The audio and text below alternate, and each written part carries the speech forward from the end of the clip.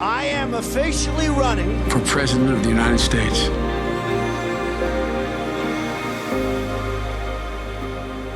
It is unjust ultimately for the government to ask us to serve them and to make our allegiance to them and not God.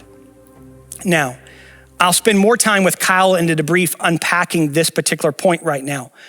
But the idea of being obedient to man until the kingdom of man asks you to be disobedient to God largely comes, and we see manifest it in Daniel. With Daniel and him praying, and with Shadrach, Meshach, and Abednego in the fiery furnace, right? Daniel chapter 3 talks about this, and through 16 and 17. We see this come to fruition. And so the idea is, listen, that if government tries to make you have allegiance to them, so that then no longer you have allegiance to God, then you disobey government, you disobey the kingdom of man in order to be obedient to the kingdom of God. And we have to ask ourselves, even in this season, is what those in authority over us, is what they're asking us to do, is it causing me to divert my allegiance to them over God?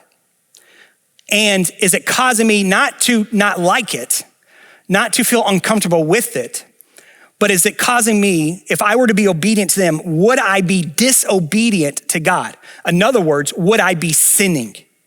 Right? You have to moralize the conversation. Would it be wrong? Would it be sin to then be obedient to the government and then disobedient to God, or disobedient to God, disobedient to the government? How does that work? And I'm going to unpack that a little bit more in the debrief.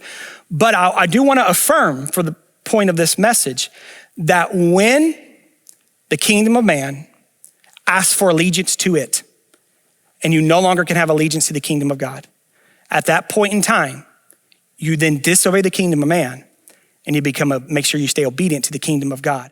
Thank you so much for joining us today. My name is Kyle, and I'm one of the pastors at Summit View Church. Right now, we know that this world is filled with chaos and confusion and uncertainty. But as Christians, we know that God has spoken clearly to us in his word and through his son, Jesus Christ. And so we know that we can have confidence in God's truth. And so if you're interested in this message or more of our great content, visit us online at summitview.net or consider joining us on a Sunday morning at svc.live.